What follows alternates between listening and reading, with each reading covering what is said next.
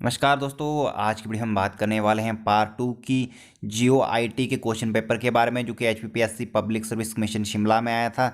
तो मैं बता दूं, आप पार्ट 2 की बात करेंगे हम, तो यहाँ पे 26 से आगे जो कि क्वेश्चन है 50 तक उसको डिस्कस करेंगे। क्योंकि पार्ट 1 अगर आपने नहीं देखा है तो उसका लिंक वीडियो के डिस्क्रिप्शन और आई बटन पे आपको मिल जाएगा। मैं आपको बताना चाहता हूँ, अगर आपको वीडियो की क्वालिटी अच्छी दिखाई नहीं दे रही है तो यहाँ पे राइट साइड पे आप जो कि 3 डॉट दिखाई दे रहा है, यहाँ पे क्लिक करके वीडियो की क्वालिटी ऑटो से इंक्रीज सकते हैं 720 पिक्सल या 480 पिक्सल कर सकते, तो आपको अच्छा सा दिखाई देगा। अगर आपको ये वाला क्वेश्चन पेपर डाउनलोड करना है तो आप वीडियो के डिस्क्रिप्शन में इसको डाउनलोड कर सकते हैं। 2017 का क्वेश्चन पेपर है, जो कि पब्लिक सर्विस कमीशन शिमला में हुआ। इसमें पूरे के पूरे जो क्वेश्चन पूछे गए वो कंप्यूटर के ही पूछे गए थे, इसमें दूसरे नहीं पूछे गए। ऐसे ही क्वेश्चन आपके स्टाफ सिलेक्शन कमीशन हमीरपुर में भी जो आएंगे 817 पोस्ट कोड में जियो के जूनियर ऑफिसर असिस्टेंट IT के। तो यहाँ पे देखिए 26 क्वेश्चन से पहले हमने डिस्कस कर लिए थे। 26 क्वेश्चन है, विच of the flowing R component of central processing unit CPU। तो option A arithmetic logical unit, mouse and primary and main memory.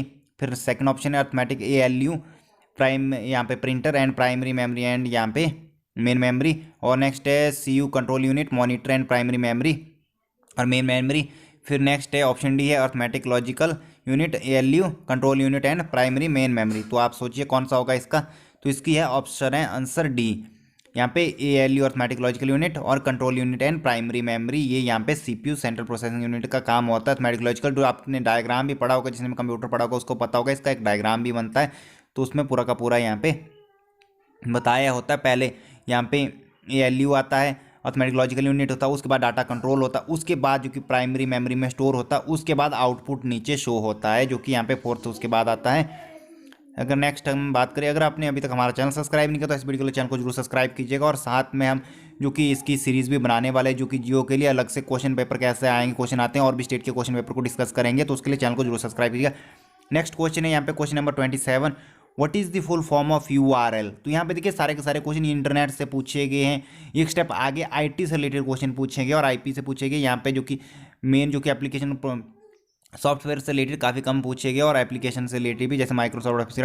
तो यहाँ पे ऑप्शन ए है देखिए uniform register link, option B है uniform resource locator, option C है uniform resource link, option D है unified resource link. तो यहाँ पे URL की फुल फॉर्म क्या होती है, ये क्वेश्चन नंबर 27, तो इसका है यूनिफॉर्म रिसोर्स लोकेटर।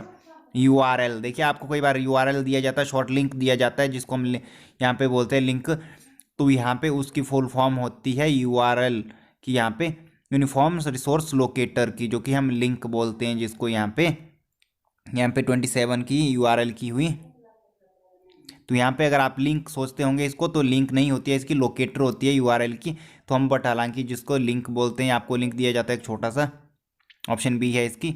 तो नेक्स्ट है यहाँ पे, in which of the following document movies images and photographs etcetera are stored. Option A print server में होते हैं, ऑप्शन बी मीडिया सर्वर में होते हैं, option C web server, option D file server. तो यहाँ पे बोला गया कि डॉक्यूमेंट मूवीज इमेज फोटोग्राफ कौन से यहाँ पे सर्वर में स्टोर होते हैं, कहाँ पे होते हैं, आप बताइए कौन सा हो सकता है सही। तो इसका है ऑप्शन डी फाइल सर्वर में। तो प्रिंट सर्वर तो आपको पता ही है, प्रिंट आउट चीज़ें निकलती है, तो इसमें तो कोई ये नहीं होगा। यहाँ पे मीडिया सर्वर में तो आपको पता है सारा कुछ ये यहाँ पे सेव होता है, बट जो कि मीडिया सेव कहाँ होती है, वो होती है फाइल यहाँ पे सर्वर में ही। सारे के सारे मीडिया में डॉक्यूमेंट आपको नहीं मिलेंगे, तो जो डॉक्यूमेंट्स है वो यहाँ पे फाइल सर्वर ही में ही मिलेंगे आपको। मीडिया में सिर्फ आपको फोटोग्राफ्स मिल सकते हैं, मूवीज़ मिल सकती है, इमेज मिल सकती है, बट जो कि डॉक्यूमेंट्स नहीं मिलते, तो इसलिए फाइल सर्वर में सेव होते हैं। और वेब सर्वर तो आपको पता है इंटरनेट से ही चलता है। नेक्स्ट क्वेश्चन है यहाँ पे 29, what is the full form of GUI in reference और टू कंप्यूटर। GUI की वैसे बहुत सारी फुल फॉर्म होती है, बट ये कंप्यूटर के रेफरेंस में यहाँ पे पूछा गया है इन्होंने, क्वेश्चन नंबर 29। तो option A graphical unified interface, option B graphical user interface, option C graphical user instrument, option D graphical unified यहाँ पे इंस्ट्रूमेंट, अनफाइड यहाँ पे इंस्ट्रूमेंट। तो यहाँ पे 29 का कौन सा सही हो सकता है आपके अकॉर्डिंग। तो इसका है option B graphical user interface, question number 29 का B graphical user interface. Next question है 30 question, which are the operation that are performed on RAM. तो रैम में कौन सा यहाँ पे रैंडम एक्सेस मेमोरी में कौन सा ऑपरेशन यहाँ पे परफॉर्म किया जाता है, किया जा सकता है। तो यहाँ पे option A write only, read only, option C read and write both, option D it's depend on the user, जो कि वहाँ पे डाटा एंटर। तो यहाँ पे ऑप्शन सी है read and write both he memory पे, सॉरी रैम पे हो सकता है।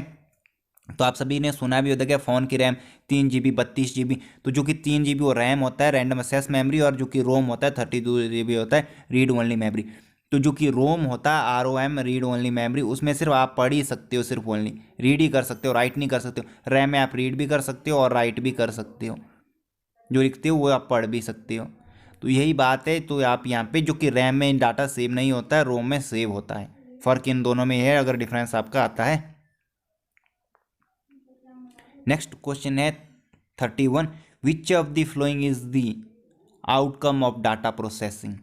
Option A software program, option B data, option C system, option D information. तो 31 का है यहाँ पे which of the following is the outcome. तो यहाँ पे क्या आता है, डाटा प्रोसेसिंग, आप डाटा करते हो, यहाँ पे प्रोसेस करते हो या तो किसी भी लैपटॉप में, उसका आपको क्या फ़ायदा मिलता है, डाटा मिलता है या सिस्टम मिलता है, सॉफ्टवेयर प्रोग्राम। तो उसका ऑप्शन डी इंफॉर्मेशन आपको प्रोवाइड होती है। 31 का ऑप्शन डी है information. DNS in internet technology stand for, देखिए जो भी यहाँ पे ब्लॉग लिखता है उसको DNS का पता होगा। कई बार अगर उसने अपनी वेबसाइट का स्पीड टेस्ट किया होगा तो वहाँ पे बोला होता है DNS सर्वर यहाँ पे फेल हो गया, DNS का ये हो गया। तो यहाँ पे देखिए option A domain name system, option B dynamic name system, option C distributed name system, option D data name system. तो यहाँ पे 32 का आपके अकॉर्डिंग कौन सा हो सकता है? तो इसका नाम है डोमेन नेम सिस्टम। अब डोमेन नेम क्या होता है, ये बहुत ही एक लंबी प्रोसेस है। अगर आपको चाहिए इसके रिगार्डिंग वीडियो मैं बता दूंगा, बट आप इंटरनेट में सर्च करो, यूट्यूब में काफ़ी सारी इसके रिगार्डिंग वीडियो मिल जाएगी। और कोई ब्लॉग राइट करना चाहता है, जो भी वेबसाइट होती है, उसके लिए डोमेन नेम लेना सबसे ज़रूरी होता है, जो कि वेबसाइट का नेम होता है। और IP एड्रेस जो कि वहाँ पे सेव होती है, जो कि सर्वर का होता है। और सर्वर क्या होता है वो भी बहुत एक टॉपिक है, बहुत सारा लंबा डिस्कशन के लिए। विच of the following operation is not perform by a computer? तो यहाँ पे कंप्यूटर द्वारा कौन सा ऑपरेशन यहाँ पे परफॉर्म नहीं किया जाता है? Option A control, option B output, option C understand, option D यहाँ पे इनपुट। तो कौन सा नहीं होता है कंप्यूटर के द्वारा? तो आप लगाइए अंदाजा। तो यहाँ पे ऑप्शन सी अंडरस्टैंड। अब कंप्यूटर के पास दिमाग तो है नहीं, उसके पास ब्रेन नहीं है। तो वैसे तो बोलते हैं ब्रेन कंप्यूटर का CPU, बट कोई यहाँ पे दिमाग नहीं है कंप्यूटर के पास। जो भी आप डाटा डालते हो ह्यूमन के द्वारा यहाँ पे इनपुट किया जाता है, आउटपुट भी देखा जाता है। तो इसीलिए यहाँ पे ऑप्शन सी होगा अंडरस्टैंड। 33 का ऑप्शन सी अंडरस्टैंड, कंप्यूटर समझ नहीं सकता है यहाँ पे कोई भी चीज़। नेक्स्ट है, क्योंकि वो ह्यूमन द्वारा ही बनाया गया। नेक्स्ट है the folder are an operating system are based on dash dash dash structure. तो यहाँ पे option A W linked, option B है QU, ऑप्शन सी है इन्वर्टेड ट्री, ऑप्शन डी है ग्राफ। तो यहाँ पे जो कि 34 का ये मेरे को थोड़ा सा सस्पेंस है, ना ही मेरे को कहीं यहाँ आंसर मिला। तो यहाँ पे इन्वर्टेड ट्री तो बिल्कुल नहीं होगा, डब्ल्यू लिंक्ड और जो कि ग्राफ है यहाँ पे थोड़ा सा सस्पेंस है। बाकी जो कि फोल्डर बनते हैं वो QU में भी बनते हैं, तो यहाँ पे थोड़ा सही है। तो बट ग्राफ में भी नहीं होगा, बट यहाँ पे जो कि डब्ल्यू लिंक्ड और यहाँ पे QU क्या, यहाँ पे थोड़ा सा सस्पेंस बना हुआ है। तो बट आप थोड़ा सा सर्च कर सकते हैं अगर आपको इसका आंसर मिलता है कहीं पे। तो 34 को हम फिलहाल छोड़ देते हैं, इसमें सस्पेंस है। इन्वर्टेड ट्री तो नहीं होगा यहाँ पे जितना मुझे मालूम है। अगर किसी को इसका आंसर पता है तो कमेंट बॉक्स में जरूर बताइएगा क्वेश्चन नंबर 34 का। नेक्स्ट है यहाँ पे which of the following alignments will apply by default when some text is enter in a cell in a worksheet of Microsoft Excel. तो यहाँ पे जो कि आप कोई भी टेक्स्ट यहाँ पे माइक्रोसॉफ्ट में डालते हैं या वर्ड में डालते हैं, तो जो कि डिफ़ॉल्ट अलाइनमेंट क्या होती है टेक्स्ट की, जो कि होती है अलाइनमेंट, तो आप सभी को पता है। जो कि यहाँ पे सेंटर होती है, एक लेफ्ट होती है, एक राइट होती है। जो कि कहाँ से टेक्स्ट शुरू होता है, एंड से लिख सकते हैं आप, तो बीच से लिखते हो, कहाँ से लिख सकते हैं, या तो नंबर।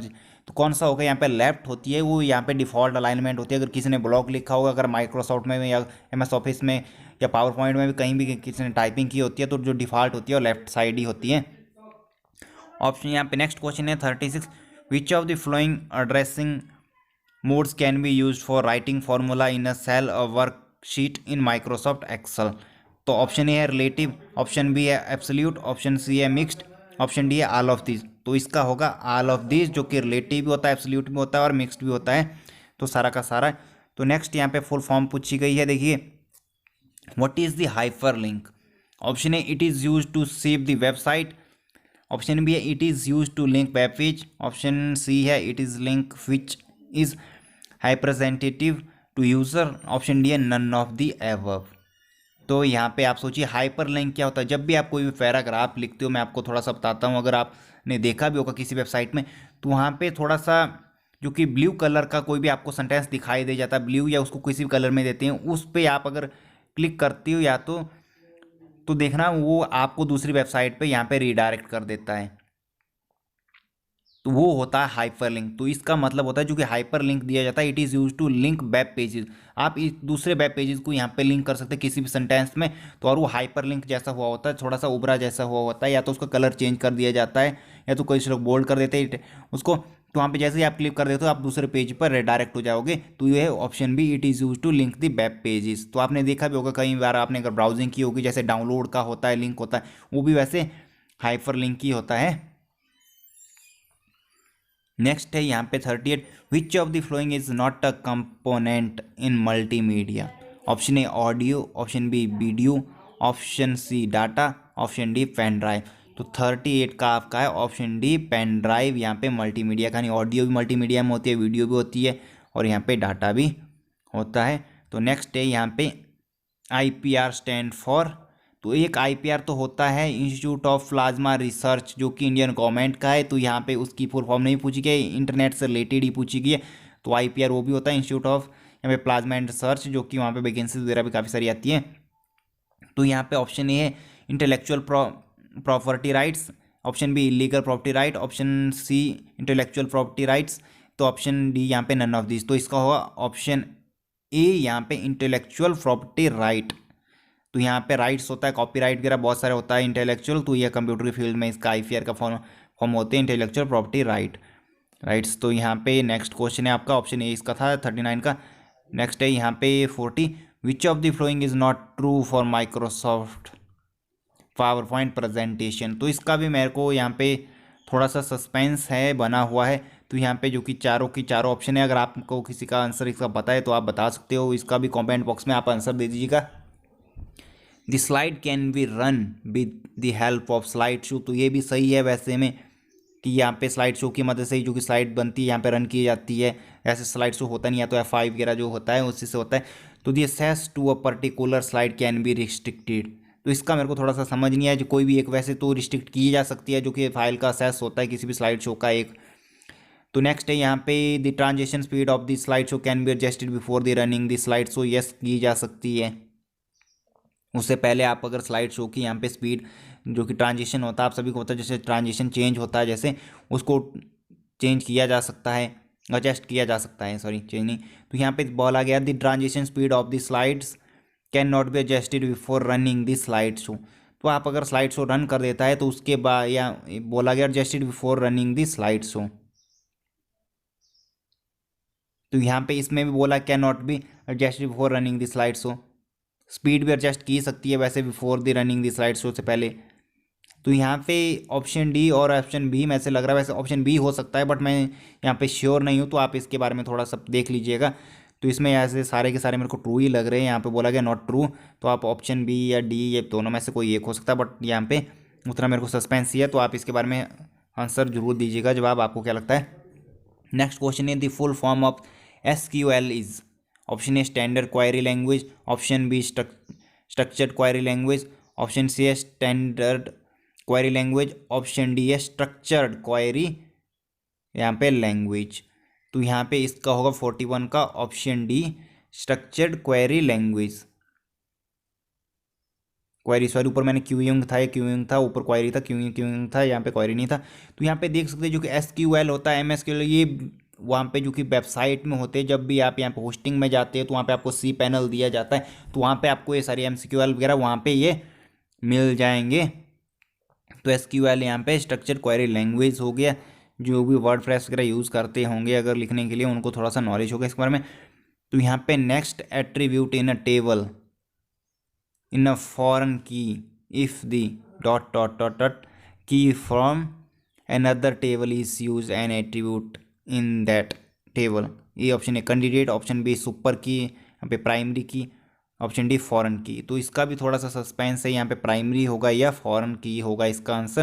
तो यहाँ पे की होता है ये भी यहाँ पे स्ट्रक्चर में ही यूज़ होती है, तो इसको हम स्किप कर देते हैं। इसका भी आप आंसर जरूर दे दीजिएगा, जो कि 42 का है, कमेंट बॉक्स में। नेक्स्ट है which one of the following attributes can be use as a primary key. Option A candidate name, option B street name, option C Aadhaar card number, option D none of these. तो यहाँ पे होता है street name. Primary attribute street name को ही यहाँ पे लिया जाता है। 44 का है option, under what condition the subset of super key in a candidate की।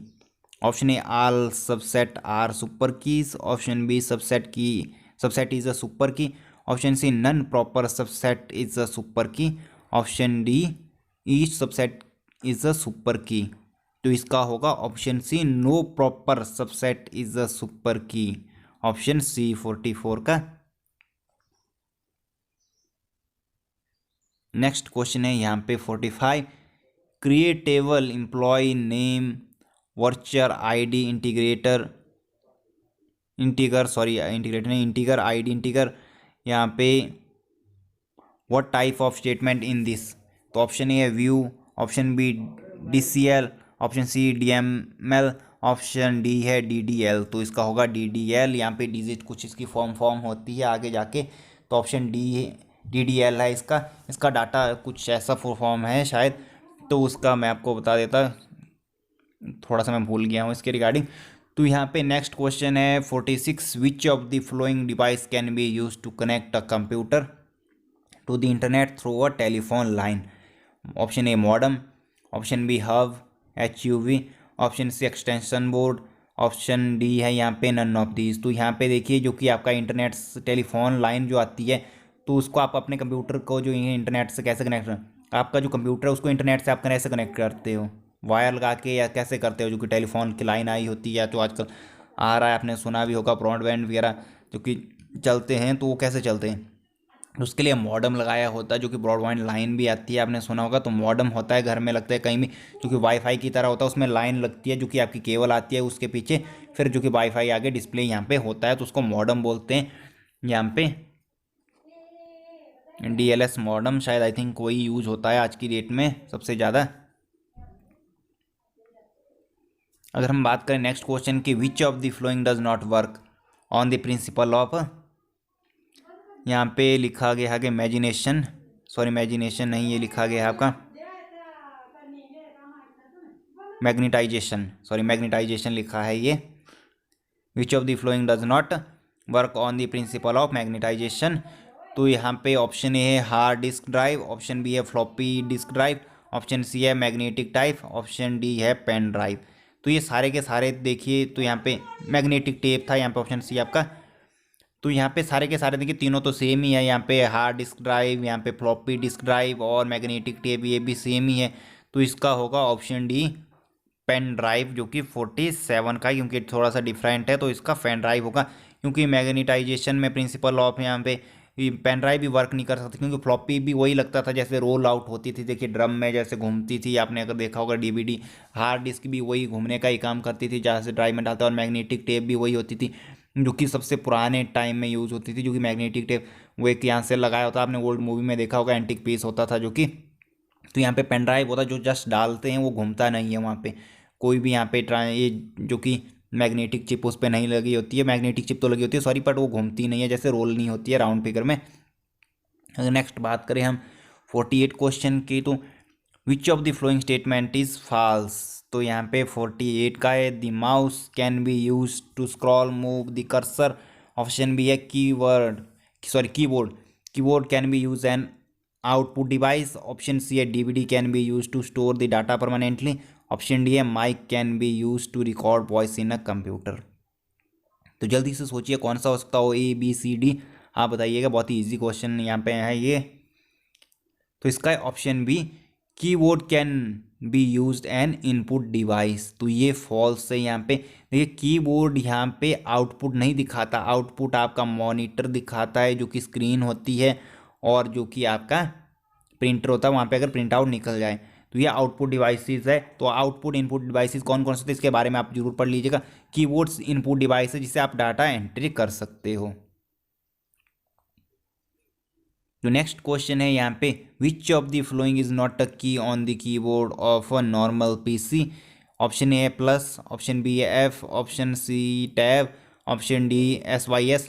तो यहाँ पे मेरे को डी लगा। वैसे मैंने जो कंप्यूटर में वैसे कहीं भी इसका आंसर मेरे को तो नहीं मिला, बट मैंने खुद को इतना जो कि मुझे पता है, क्योंकि आपको पता ही है प्लस का चिन्ह भी वहाँ पे होता है कंप्यूटर में। टैब आपका पता ही है, टैब भी होता है वहाँ पे दिया होता है टैब, किसी को भी पता होगा जो भी कीबोर्ड का इस्तेमाल करता है। अगर आप अपने फ़ोन में भी देखेंगे तो उसमें भी टैब दिया ही होता है, देखिए, क्योंकि टैब से होता है थोड़ा सा स्पेस आगे चला जाता है, उसमें इधर उधर दिया होता है, और ऐप भी दिया ही होता है, फंक्शन कीज वगैरह होती है और नीचे भी ऐप। तो यहाँ पे SYS जो कि नॉर्मल में नहीं होता है, साइंटिफिक कंप्यूटर वगैरह में हो सकता है, जो कि मुझे लगता है। बाकी यहाँ पे इसका ऑप्शन डी है, तो आप फिर भी देख लीजिएगा अगर आपको इसमें कोई डाउट रहता है, तो ऑप्शन डी है इसका। नेक्स्ट क्वेश्चन है यहाँ पे, internet is an example of test test test. तो यहाँ पे ऑप्शन ए है local area network, option B है metropolitan area network, option C है wide area network, option D है स्टोरेज नेटवर्क। तो इसका है, आप सोचिए कौन सा हो सकता है इसका, option C wide area network. तो आपने एक तो WWW भी सोचा सुना होगा कहीं, बाय वर्ल्ड वाइड, यहाँ पे उसका नाम भी सुना होगा, वेब, वर्ल्ड वाइड वेब। तो देखिए वो 1989 में आई थिंक समथिंग बना था, और यहाँ पे HTTP मैंने आपको बताया पहले HTTPS के होता है। तो इंटरनेट से रिलेटेड ही आपका काम होगा, जो कि जूनियर ऑफिस असिस्टेंट का, जियो का, क्योंकि इसीलिए आपकी ज्वाइनिंग हो रही है। अगर क्लरिकल वर्क में आपकी नहीं होगी तो इसीलिए आपको इंटरनेट आना चाहिए, वेबसाइट से रिलेटेड नॉलेज होना चाहिए, HTML PHP CS। हालांकि आपको नॉलेज नहीं हो, बट इसके बारे में थोड़ा थोड़ा आपने पढ़ा जरूर होना चाहिए, क्योंकि आपसे जो भी क्वेश्चन पूछे जाएंगे वो इसी से बारे में पूछे जाएंगे। HTML PHP हो गया, इंटरनेट हो गया, ब्रॉडबैंड वगैरह, ये इसी में आते हैं सारे सारे। मैक्सिमम क्वेश्चन जो कि यहाँ पे आए वो IT से रिलेटेड ही आए हैं। अगर मैं बात करूँ सॉफ्टवेयर के क्वेश्चन काफ़ी कम पूछे गए यहाँ पे, जो कि और जो कि एप्लीकेशन माइक्रोसॉफ्ट ऑफिस वगैरह के बारे में काफ़ी कम क्वेश्चन पूछे। जो भी मैक्सिमम क्वेश्चन आपने देखिए सारे के सारे इंटरनेट से रिलेटेड ही क्वेश्चन यहाँ पे है, और कीबोर्ड वगैरह बेसिक है। 120 क्वेश्चन में आपको सारे के सारे ये पढ़ने पड़ेंगे, जिसके यहाँ पे मैं कहता हूँ अगर 20 मार्क्स जो कि आपके सबसे मेन बात है जनरल नॉलेज में आते हैं, वो यहाँ पे सेलेक्ट जरूर होगा, क्योंकि बाकी जो कि पूछा जा रहा है बहुत इजी है। अगर आप कहीं भी यूट्यूब पर जितने भी वीडियो बन रही है उसको अगर आप पढ़ते हो तो वहाँ से आपका हो जाएगा। बट अगर आपका जनरल नॉलेज में 20 मार्क्स आते हैं तभी होगा, अदरवाइज़ आपको यहाँ पे बहुत मार्क्स लेने पड़ेंगे। अगर आपके जनरल नॉलेज में कम मार्क्स आते हैं, उसके फिर कम मार्क्स भी यहाँ पे आ गए अगर कंप्यूटर में, तो उसका इजीली यहाँ पे टेस्ट निकल सकता है। तो ये थी आज की वीडियो लाइक और शेयर करना भूलिएगा। अगर अभी तक आपने हमारा चैनल सब्सक्राइब नहीं किया तो इस वीडियो के चैनल को जरूर सब्सक्राइब कीजिएगा। आज की वीडियो में इतना ही, धन्यवाद।